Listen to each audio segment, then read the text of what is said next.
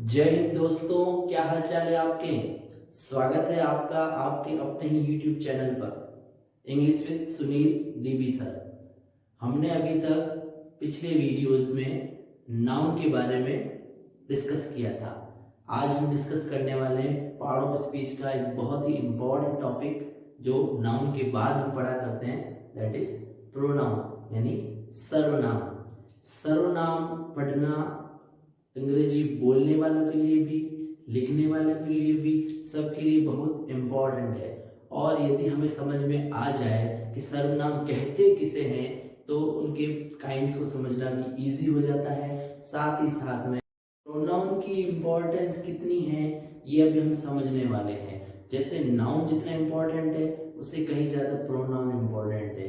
Pronoun क्यों use किया जाता है, उसका मतलब क्या होता है, वो हम आज समझने वाले हैं। तो चलो शुरू करते हैं वीडियो को। देखिए, सबसे पहले प्रोनाउन।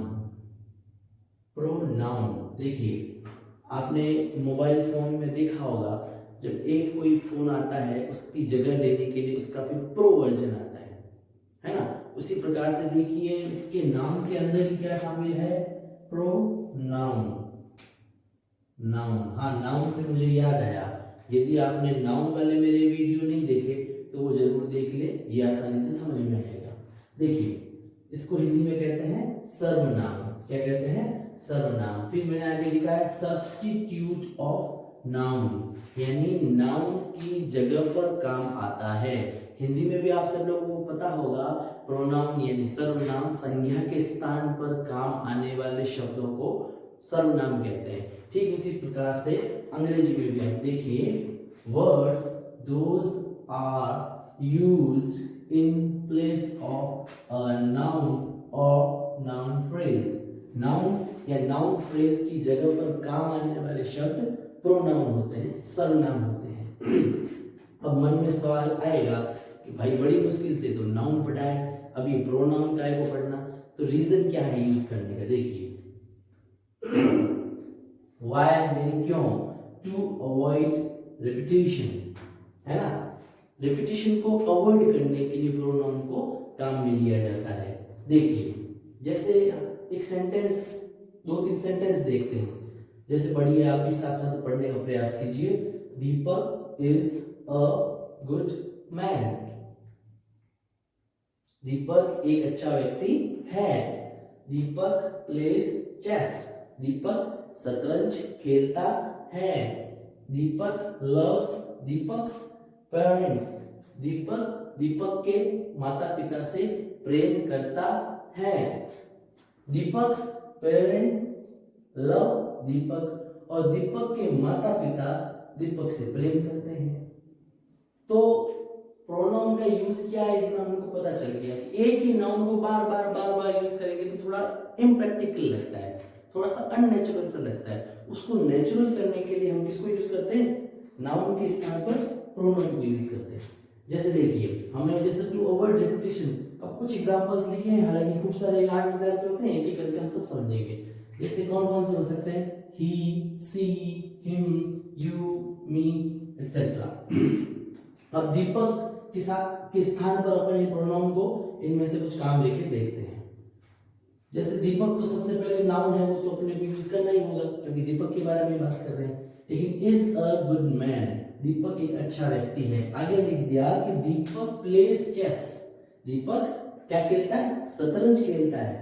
तो भाई अब बार बार दीपक बोलने की कहां जरूरत है, इसको हम ऐसा नहीं कह सकते क्या, दीपक की जगह पर क्या लिख दें यदि हम, हाँ सही सही सोचा आपने, ही प्लेज चेस। तो दीपक एक अच्छा आदमी है, अच्छा व्यक्ति है, वह चेस खेलता है, शतरंज खेलता है। ठीक इसी प्रकार से वापस अगर अपन को लिखना हो रहा है कि दीपक लव्स दीपक्स फैमिली या पेरेंट्स, तो अपन यहाँ पे इस दीपक को भी नाउन को हटाकर इसकी जगह पर लिख सकते हैं ही लव्स दीपक्स पेरेंट्स। किसके माता पिता, दीपक के माता पिता, तो इसके स्थान पर भी अपन क्या लिख सकते हैं, हिज। तो ही लव्स हिज पेरेंट्स, वह प्रेम करता है अपने माता पिता से।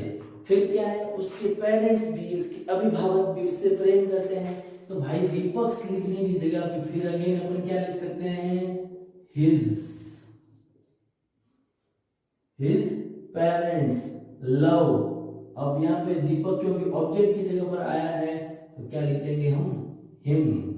तो एक हम बार बार दीपक दीपक दीपक यूज कर रहे थे, अब देखो कितना नेचुरल सा फ्लो आता है। Deepak is a good man, he plays chess, he loves his parents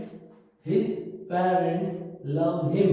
तो ये एकदम से नेचुरल वे में बोलने में भी अच्छा लगता है और लिखने में भी हमको बार बार रिपीटेडली यूज नहीं करना पड़ रहा है नाउन को। तो ये बेसिक तौर पर इसकी परिभाषा कहें, डेफिनेशन कहें, इसका मतलब होता है प्रोनाउन का। एक बार और देख लीजिए आप, प्रोनाउन यानी नाउन के स्थान पर काम आता है, हिंदी में कहते हैं इसको सर्वनाम। सब्स्टिट्यूट ऑफ नाउन, सब्स्टिट्यूट मतलब जिसके स्थान पर जो काम आ जाए उसको बोलते हैं सब्स्टिट्यूट। वर्ड्स यानी वे शब्द, दोज जो, आर यूज्ड जो यूज होते हैं, इन प्लेस ऑफ। देखो एक ध्यान रखना, इन प्लेस ऑफ होता है के स्थान के लिए, ऑन प्लेस नहीं होता है। इन प्लेस ऑफ अ नाउन और नाउन फ्रेज, नाउन या नाउन फ्रेज की जगह पर जो वर्ड्स काम आते हैं वे होते हैं प्रोनाउन। किस लिए यूज करते हैं भाई, कोई चीज पढ़ेंगे तो पता तो होना ही चाहिए, किस लिए यूज करते हैं। तो व्हाई, टू अवॉइड रिपीटेशन। ये अपन ने भी प्रैक्टिकली देख लिया कि बार बार हमको दीपक न लिख के इनमें से हम कुछ न कुछ लिख लेते हैं। रिपीटेशन को, दोहराने को, बार बार दोहराने को अवॉइड करने के लिए प्रोनाउन यूज किए जाते हैं। जैसे कुछ एग्जांपल्स देखे थे अपन ने, ही, सी, हिम, यू, मी एटसेट्रा। और प्रैक्टिकली भी हमने देख लिया कि बार बार दीपक लिखने की जगह यदि हम यहाँ पर दीपक के लिए ही यूज कर लेते हैं या दीपक के पॉजिटिव केस के लिए हिज यूज कर लेते हैं, उसके ऑब्जेक्टिव केस के लिए हिम यूज कर लेते हैं, तो सेंटेंस बड़ा प्रैक्टिकल नेचुरल लगता है। अब बात करते हैं इनके प्रकारों की।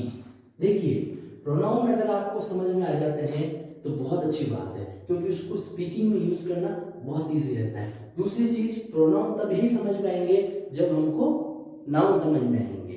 ठीक है, ये 8 प्रकार के होते हैं, 8 टाइप के होते हैं। देखिए एक बार आज केवल अपन इसकी नाम ही देखेंगे, कुछ एक दो एग्जांपल्स देख लेंगे, बाकी का सारा हम अगले वीडियोस में देखेंगे। 4 से 5 वीडियो आने वाले हैं इस पे, प्रोनाउन पे, सर्वनाम। पहला प्रकार है इसका पर्सनल प्रोनाउन। पर्सन का मतलब क्या होता है भाई, व्यक्ति। तो हमको अगर नाउन पता है तो नाउन किन किन का नाम होते हैं, हाँ, व्यक्ति, वस्तु, स्थान आदि का नाम। तो नाउन में जो व्यक्तियों के नाम आ रहे थे, जैसे दीपक नाम आए तो दीपक के लिए हमने जो ही या फिर हिज या हिम काम में लिया, ये सब किसके अंतर्गत आएंगे, पर्सनल प्रोनाउन, व्यक्तिवाचक भी कह सकते हैं। दूसरा है पॉजेसिव प्रोनाउन, पॉजेस करना, अधिकार जताना। मारवाड़ी में क्या है, थारी मारी, ओ मारो, है ना, वो थारो मारो। तो वो पॉजेसिव प्रोनाउन जो होता है, जैसे हमने देखो यहाँ पे काम लिया, उसके पेरेंट्स, उसके माता पिता, ठीक है, पॉजेसिव प्रोनाउन अधिकार जताने वाले शब्द होते हैं। तीसरा है रिफ्लेक्सिव प्रोनाउन, रिफ्लेक्स होते हैं। रिफ्लेक्स मतलब क्या समझोगे, पढ़ को पढ़ लो, समझ गया, पढ़ को पढ़ लो। जैसे आप पानी में या कांच में, रिफ्लेक्सिव प्रोनाउन के बाद में, रिफ्लेक्सिव में कौन कौन से आते हैं, देखिए, रिफ्लेक्ट होना किसी चीज का, है ना, ये होते हैं माई सेल्फ, योर सेल्फ, ये वाला स्वयं के ऊपर बात होती है, खुद के बारे में बात होती है। डेमोन्स्ट्रेटिव प्रोनाउन, डेमोन्स्ट्रेट करते हैं, संकेत दिखाते हैं, दिस, दैट, दोज, दीज। पांचवा है इंटरोगेटिव प्रोनाउन, इंटरोगेशन प्रश्नवाचक, है ना, व्हाट, वेयर वगैरह, व्हाट, whom वगैरह में पढ़ेंगे आगे। फिर रिलेटिव प्रोनाउन, ये दोनों लगभग एक जैसे ही होते हैं, इन दोनों के अंदर ज्यादा फर्क नहीं होता है, लेकिन इनका यूज अलग होता है, हम आगे पढ़ेंगे। इंडेफिनिट प्रोनाउन, अनिश्चित वाले कौन कौन से होते हैं। और देखिए रेसिप्रोकल प्रोनाउन, रेसिप्रोकल एक दूसरे के साथ संबंध को दर्शाने वाले प्रोनाउन होते हैं। ये सारे प्रोनाउन एक एक करके पढ़ने वाले हैं। तो अभी हम जैसे धीरे धीरे एक एक टॉपिक लेने वाले हैं, तो आपका ऐसे लोगों के साथ में ये वीडियो जरूर शेयर करें जो बेसिक से अंग्रेजी पढ़ना चाहते हैं। ठीक है, तो आज हमने जो प्रोनाउन पे बात की इससे पहले आप नाउन वाले वीडियो आप जरूर देखें और आपको लगे कि उपयोगी है तो इस चैनल को सब्सक्राइब करें और बेल आइकन को दबाएं ताकि आने वाले इन सारे टाइप के ऊपर हम चर्चा करने वाले हैं उनके बारे में आपको सबसे पहले नोटिफिकेशन मिले। देखिए इन सब में जो सबसे इंपॉर्टेंट 2-3 चीजें ध्यान रखना, ये पर्सनल प्रोनाउन बहुत काम आने वाला है। आगे जो अपन एक्टिव पैसिव यूज पढ़ेंगे, डायरेक्ट इनडायरेक्ट पढ़ेंगे, सब में काम आने वाला है। पॉसेसिव बहुत ज्यादा यूज होता है पढ़ाई बोलने करने के लिए। रिफ्लेक्सिव, डेमोंस्ट्रेटिव बेसिक है ये, इंटरोगेटिव और रिलेटिव, ये 4 बहुत इंपॉर्टेंट होने वाले हैं। ठीक है, जय हिंद, मिलते हैं अगले वीडियो में।